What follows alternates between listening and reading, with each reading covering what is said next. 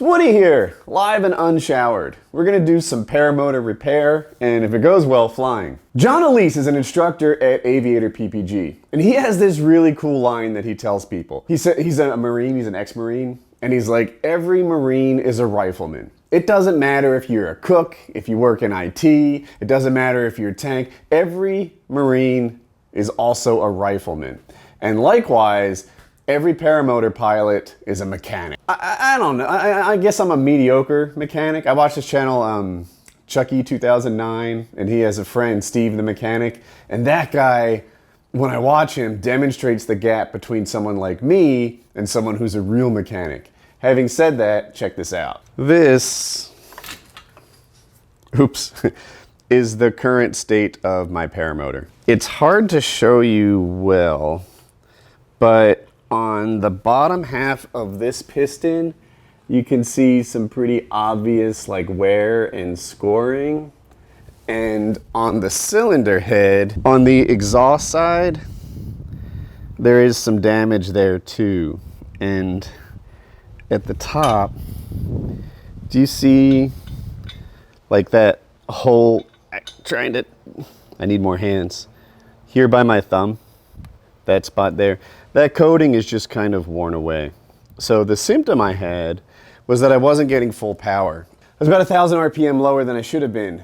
So, I don't know, the first thing I thought of was to clean the carb. There's a little screen inside the carburetor where it can get clogged. You just take it apart, spray it, clean it up, I put it back together, and it still wasn't running very well. You know, I checked the spark.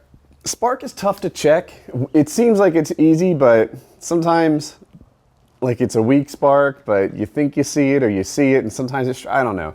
But it had spark. I cleaned up the little boot that connects to the spark plug, that little coil inside it. The spark seemed strong, but I still wasn't getting good power, and it was like doing this weird surging thing. So I reached out to the Aviator PPG guys, and they said that I should do a compression check. And I did, and my compression was at 90, which is low. I think 110 is a decent compression, and I think the 90 sucks. So they sent me out some parts. I'll show you. I should really invest in a proper workbench, because back of a golf cart's just not getting it done. But let's see what's in the bag. What's in the box? A new cylinder head. We have some gaskets, head gasket, base gasket, and exhaust gasket. And we have a piston, and I think this is called a wrist pin, and a little snap washer thingy. All right, let's do something. So I asked Aviator, like, hey, is a new cylinder supposed to look like this? Because I thought that was like exhaust and stuff. And they said that it's paint overspray from the factory and that it will rub right off.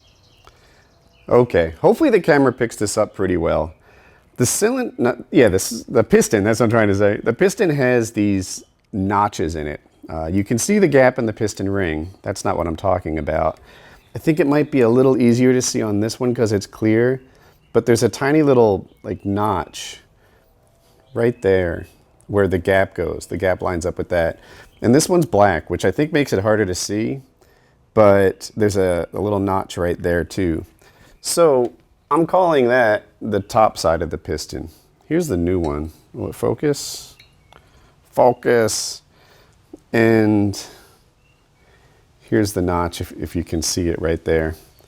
So anyway, I'm going to put this piston in the same orientation as the way the factory did it and get that thing put in there. It looks like they have one of the snap rings in there already, right there. So I'll just put it on the same way I get the old one off. Let's see if I can do this. Alrighty. So I think I started to mess with this off camera, and I think I can get this without too much of a fight with my pick here. I got it. All right. And with that off, I guess it's time to do a little more thinking. So I'm not sure why, but it only wants to go the other way. I've seen people put a socket in here and just bang it, but I'm afraid I damaged the bearing back there. And I'm trying to reuse most of this engine, but when I took off that little ring on the other side, this, I think it's called a wrist pin, came out without any kind of fight. Aha! We've done a thing. While I have it out, here's a better view of the scoring and such that happened on the exhaust side. I'm not really a good judge of what's normal and what's excessive. I can feel it with my hand that it's all bumpy and raised, but I don't really know what normal looks like on a piston ring. I think this is not normal. This is all scratched up and stuff. I don't know how it happened. I think maybe it was starved of fuel and didn't get the lube it needs. I'm really not sure, but we're gonna fix it. All right, so again, putting the piston in the same orientation I found it. I'm gonna try and slide this guy in. All right. There's a snap ring in there already, so I have to come from this side.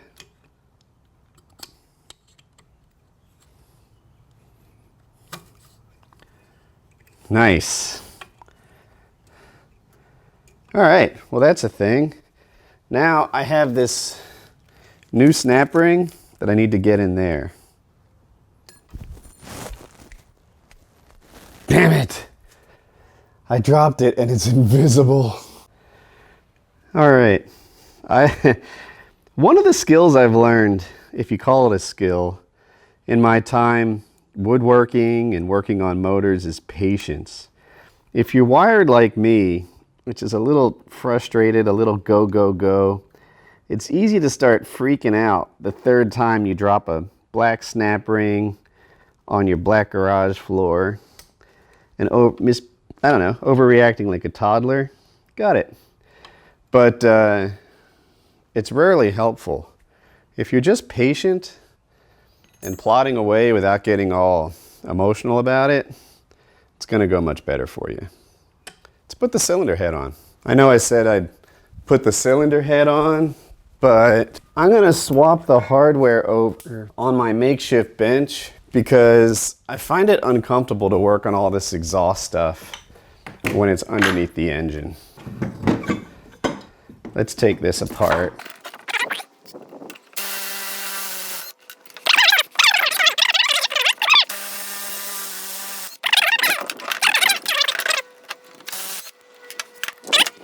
I cleaned up these nuts and bolts that hold it on. They don't look very clean, but I cleaned them up with some carb cleaner. I used to have some trouble with these loosening on here. I didn't want them to be all greasy and lubed up. The gasket doesn't have a top or a bottom, so just put that on there. And then I'm gonna clean this up off camera, make it the best I can. All right, that's cleaned up. I put it on there. Air Conception uses these fancy Nord-Lock washers. They're actually really expensive if you ever buy them on your own. They're like, I forget, like $2 for a pair of washers.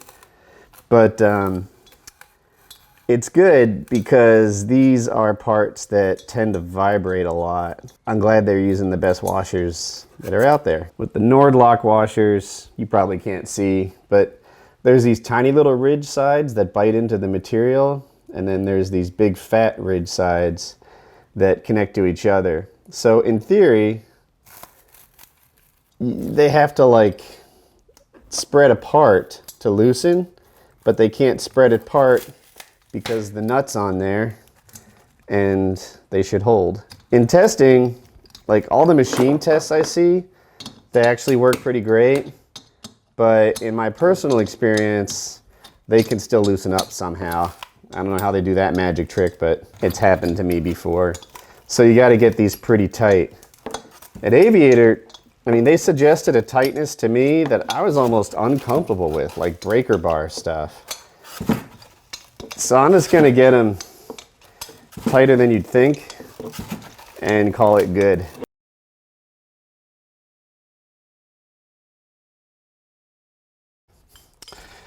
I sprayed a little WD-40 on the inside of the cylinder. I'm not sure if that's necessary. I want to say I've seen people coat, you know, the moving surfaces with a little oil before they, it's a fight. Before they get exposed to their like more natural lubricating oils, which in this case is going to be from the fuel. On YouTube and different videos, I just figured it couldn't do any harm if I lubed it up a little. They make a tool that holds these piston rings in so that this job is easy. But I've done this a couple of times before and I've never needed it. Got my new gasket in there. At first glance, it looks like the cylinder head could go this way, maybe this way?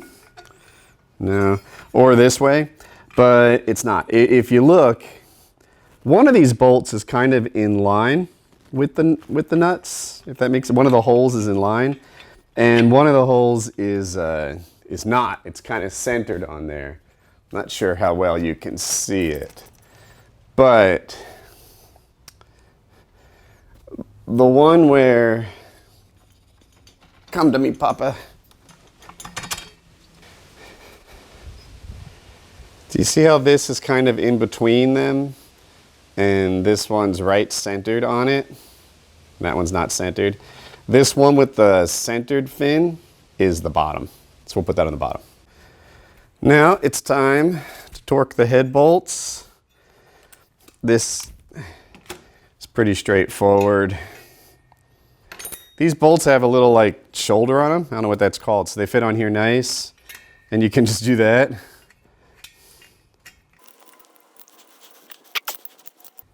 I like to torque it in waves. It's probably not necessary, but I just feel like if the other ones are all pretty tight, it'll go even better.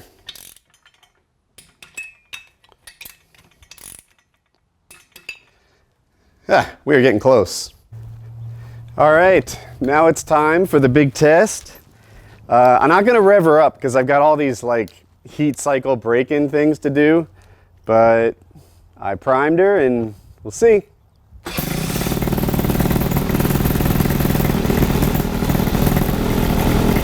So I don't know how well you can hear me, but I have to idle it and let it warm up and cool down and stuff like that.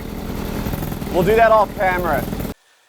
So a few hours have passed since we last talked. Don't worry, still haven't showered.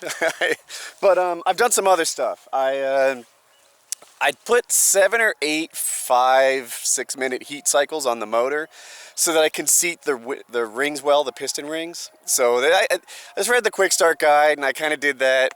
What I think might be even overdid it a little bit in terms of like warming it up and breaking it in, because I like my paramotor and I want it to treat me well. So anyway, I did the ground heat cycles. I'm supposed to take 2 20-minute flights with limited full throttle. It's hard to do limited full throttle in this yard. It's a bit of an intermediate launch site, so you want to get some altitude so you have some safety and you can land in the event of an engine out the way you want to.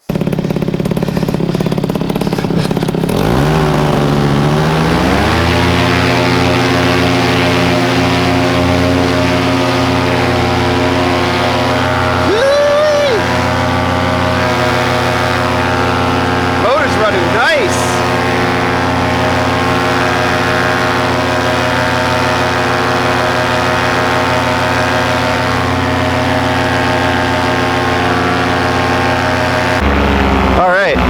So I'm supposed to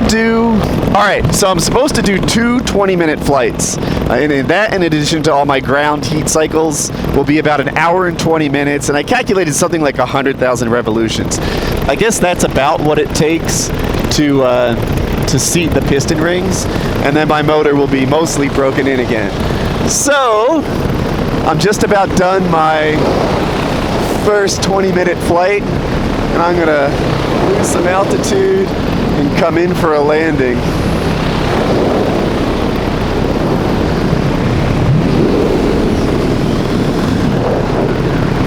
All right. That'll do. I don't do acro low to the ground very much. Idle's a little high.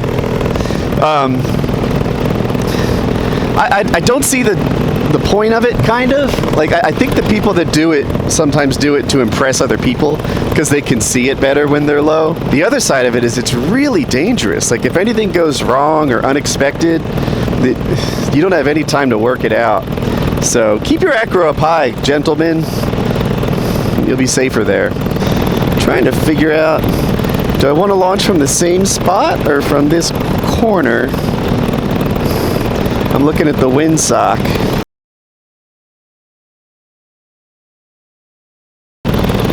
Ooh, dropping me a little bit right there.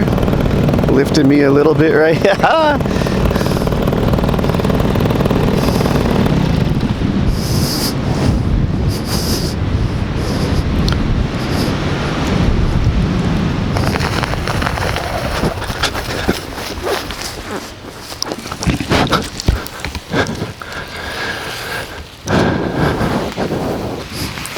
All right, that's flight number 1. We'll give her a few minutes to cool off, do a heat cycle, and try flight number 2.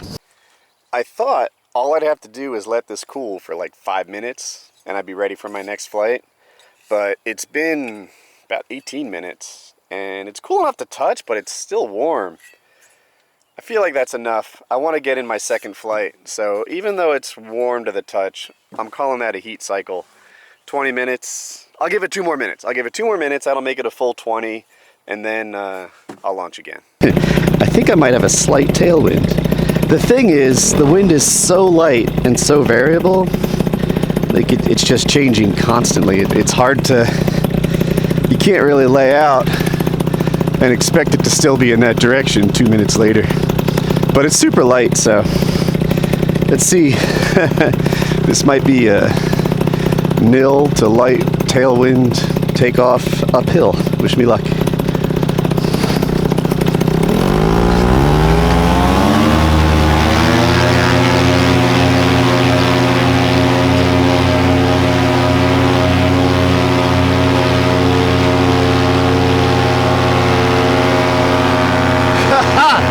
That was a run,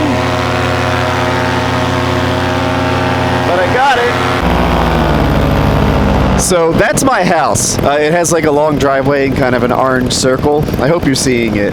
I pointed out to mention that this is all the time for me, right? This is this little patch of trees underneath me. I fly here a lot. I always exit and enter over this patch of trees.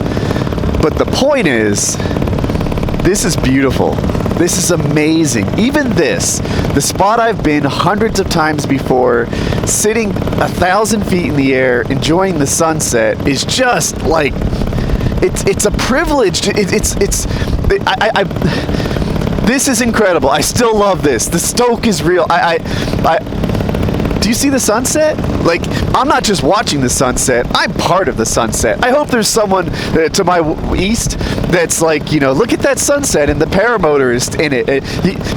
You don't just see it, you get to be it. And I'm just sitting here doing what I've done hundreds of times before, and it's awesome. It's awesome. I'm happy to be back up. I'm glad my motor's running so strong now. It's a privileged perspective to do this, and that's what I wanted to share. Super cool. Alright. I think it's been 19 minutes so far, so if I'm to get a 20-minute flight, I need to land. I don't know which way the wind is going. It's barely going anywhere on the ground, but winds aloft are pretty high. So I think I'm going to land in the same direction I launched, even though it didn't work all that well on launch. Oh, I got to set my seat up. There we go. I get all my housekeeping done way up high so that I'm not doing too much in the last 20 feet. I'm sure you can't see it, but I'm looking at the windsock, hoping for a clue. It might make me change my mind, but I don't see much. I'm too high. So I'm going a little past. When you turn, you kind of dump your lift out the wing, which is what I'm doing. Trying to use some space and some turning and I'm still overshooting, but not by too much. Wow, I'm soaring fast. The wing is...